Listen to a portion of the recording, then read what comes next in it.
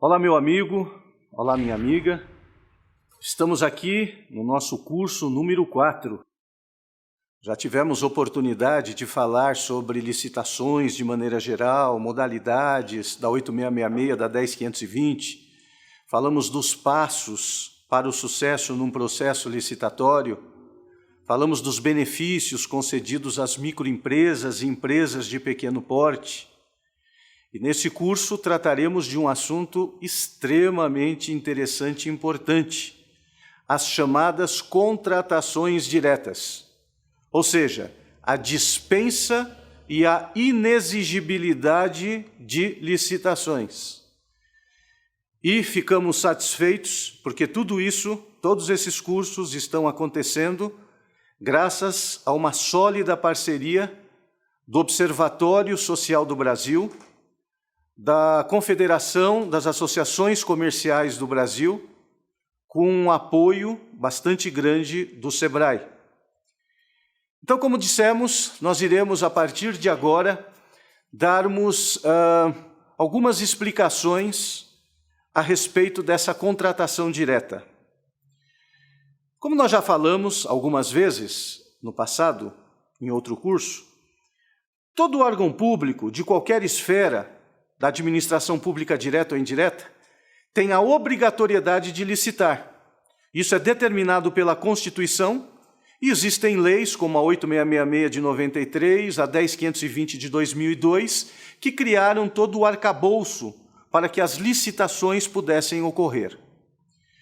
Mas a mesma lei 8666 de 93, uma lei ampla, uma lei que criou modalidades, fala de todos os aspectos de um processo licitatório, uma lei com 126 artigos, essa mesma lei, ela criou ou autorizou algumas exceções à regra de licitar, que é exatamente a dispensa de licitação e a inexigibilidade.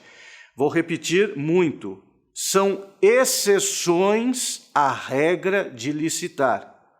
Tanto são exceções que dos 126 artigos, a 8666 reserva 2 artigos para a exceção, ou seja, o artigo 24, que fala dos casos permitidos para dispensa de licitação, que são mais de 30 casos, e o artigo 25, que trata das inexigibilidades, ou seja, quando não é possível licitar. Então, nós iremos, a partir de agora, explicar alguns desses casos, para que você tenha uma boa noção do funcionamento dessas exceções. Você pode observar agora um gráfico que é muito significativo. Tá? Nesse gráfico, você pode ver o percentual no Brasil das licitações realizadas em cada uma das suas modalidades. Então, observe bem. Nesse gráfico, que os dados são de 2015, você observa as cores. O pregão, que é a modalidade mais utilizada, foi 35% das licitações no ano de 2015. Concorrência, 28% das licitações. Convite, 1%. Tomada de preços, 1%. E olha aqui algo que chama atenção. Dispensas e inexigibilidades, 35% de todos os processos. Está em pé de igualdade com o pregão, a modalidade mais utilizada. Ou seja, aquilo que deveria ser uma exceção, nós observamos que está se tornando praticamente uma regra.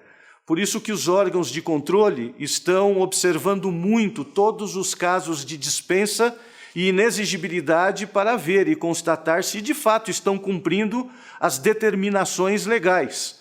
Daqui a pouco, se continuar assim, a exceção vai passar a regra e a licitação vai passar, digamos assim, a exceção. Então, vamos, a partir de agora, analisar algumas questões das dispensas de licitação em nível da legislação pertinente. Por exemplo, quando vai acontecer uma licitação, a própria Constituição, ela define alguns princípios que devem ser norteadores dos processos licitatórios.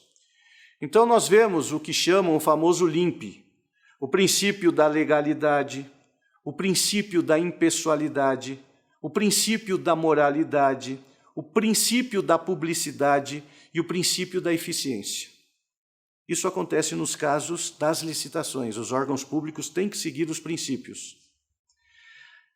Nas dispensas de licitação, será que eles estão também dispensados de estar sob esses princípios? Absolutamente não. Exatamente por ser uma exceção, eles vão ser os órgãos públicos mais fiscalizados ainda. Então, esses mesmos princípios constitucionais continuam valendo para as dispensas. Então, por exemplo, legalidade. A dispensa deverá ser prevista em lei, e não fruto de determinadas artimanhas do administrador para burlar a disputa.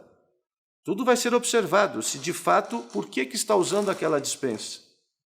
Então, tem que seguir toda a legalidade, tudo que a lei determina para essas exceções. Outro princípio, impessoalidade. A contratação direta jamais deve ser objeto de protecionismo a um ou outro fornecedor. Então, às vezes, você observa que alguns órgãos públicos entendem o seguinte: não, vamos fazer a dispensa.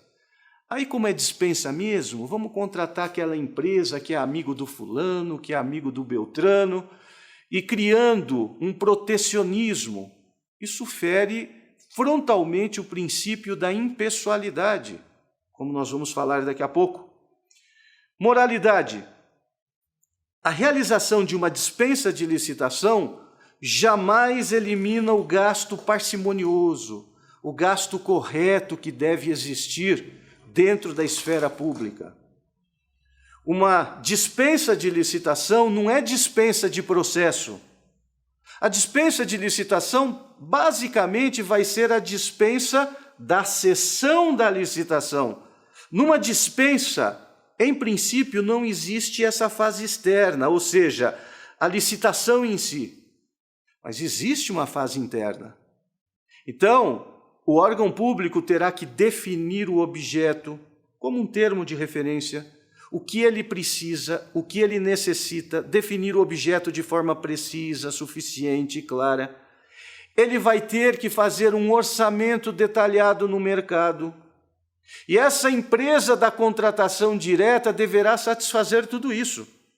Tem que ter o preço mais vantajoso, tem que ter parte da habilitação que será solicitada também, e assinará um contrato e vai ser fiscalizada. Então percebam que dispensa de licitação, repito, não é dispensa de processo, não é dispensa de responsabilidade. E o princípio da publicidade.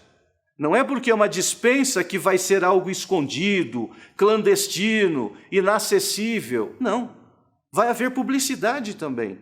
Todo mundo tem o direito de questionar a licitação ou a dispensa de licitação. Então, o primeiro aspecto conceitual é que uma dispensa é uma exceção à regra de licitar. O órgão público precisa ter muito critério e seguir os princípios e os ditames legais, inclusive os princípios que acabamos de citar. Quando uma empresa ela for convocada para a dispensa de licitação, ela deverá apresentar a habilitação jurídica, que nós já falamos, a capacidade técnica dela, se ela tem qualificação econômico-financeira. O órgão público vai emitir um empenho para que o pagamento seja efetuado, haverá celebração de um contrato, e haverá prazo para que seja feita a publicidade, inclusive do extrato desse contrato. Então, repito, existe todo um processo, existe todo um rito determinado pela própria lei. Ok, a partir desse momento, eu gostaria de passar a vocês o artigo 24 e o artigo 25, que é exatamente onde tem o autorizativo para essas exceções. O artigo 24 trata das licitações dispensáveis e o artigo 25 das licitações inexigíveis. Por que dispensável e por que inexigível? Entende-se que o artigo 24 são dispensáveis porque existe possibilidade de licitar grande parte dos casos que estão ali. É uma opção da administração pública, através de autorizativo legal, utilizar uma dispensa. Por isso que no artigo 26 da 8666, em tratando das dispensas e inexigibilidades, deixa claro que deve haver justificativa. Tá? Por quê? Porque vários casos é possível licitar, mas pelas características que ali estão, justificadamente poderá ser dispensada. Muito bem. Como são mais de 30 casos no artigo 24 de dispensas de licitação, não haveria tempo para passar todos e explicar todos. Então aqui eu apresentarei apenas alguns casos, alguns incisos do artigo 24, para que você tenha uma boa ideia, uma boa noção das características de uma licitação dispensável. Eu vou utilizar as que são mais usadas nos órgãos públicos dentro do artigo 24, ok? Mas é importante, quando você puder, ter acesso a todos os casos do artigo 24, tá? Para que você tenha uma noção clara de todos os incisos. Eu vou começar, talvez, com os casos mais utilizados de dispensa de licitação, que está no seu começo. É o inciso 1 e 2. Todos os órgãos públicos usam demais esses dois incisos. É o caso das dispensas de licitação por pequeno valor. Por quê? Porque um processo licitatório, ele tem um custo. Tá? O salário do pregoeiro, da equipe de apoio, avisos de licitação, diário oficial, material gasto. Então, todos os custos direto e indireto fazem parte de um custo interno de licitação. Então, dependendo do valor, se for um valor muito baixo, você fazer uma licitação, você está tendo um custo desnecessário. Então, o inciso 1 e 2 do artigo 24, eles tratam da dispensa de licitação por pequenos valores. O inciso 1 se refere a serviços de engenharia e pequenas obras. E o que é que diz ali, nesse inciso 1? Que se você for fazer um serviço de engenharia ou uma pequena obra e o valor não ultrapassar R$15.000, o órgão público está dispensado de licitar. Então, esse é o valor. E esse valor ainda não foi alterado, está desde 93, quando foi promulgada a Lei 8666. Tá? Existe uma nova lei para as estatais, as empresas públicas e sociedades de economia mista, que esse valor já está bem ampliado, mas isso tem que haver autorizativo legal. Então, o artigo 24, inciso 1, repito, se o órgão público for fazer um processo licitatório para serviços de engenharia ou obras de engenharia simples, até R$15.000 não há necessidade de licitação. E o inciso 2 é para aquisição de bens. Então, se o órgão público for fazer aquisição de alguns materiais, alguns bens, ele poderá dispensar a licitação se o valor não ultrapassar R$8.000. Então, esses dois incisos, repito, são licitações dispensadas para pequenos valores. Esses dois casos, esse inciso 1 e 2, dispensa praticamente toda a habilitação que eu citei há pouco, que é obrigatório nas dispensas tradicionais de licitação. Porque o valor é tão pequeno, é tão ínfimo, que às vezes você exigir toda aquela habilitação tradicional foge do princípio da razoabilidade, tá? Não há necessidade de tantas exigências, tá, para alguma coisa tão pequena, mas é só esse inciso 1 e 2. Então vamos continuar. Eu quero tratar com vocês de um outro assunto. ou melhor, ainda dentro desse aspecto de licitação de pequenos valores. Normalmente, cada órgão público faz isso internamente. Mas para ampliar a competitividade, eu não sei se você já ouviu falar, existe nos sistemas eletrônicos a cotação eletrônica, que é exatamente licitações utilizando o inciso 1 e 2, de pequenos valores. Se você, por exemplo, tem a senha do Comprasnet, que é um dos sistemas que fazem licitações eletrônicas, e você entrar com a sua senha, você ali tem uma opção de serviços para o fornecedor, e clicando ali, existe a opção cotação eletrônica. Quando você entra na cotação eletrônica, mostra todas as, entre aspas, dispensas de pequeno valor que estão acontecendo.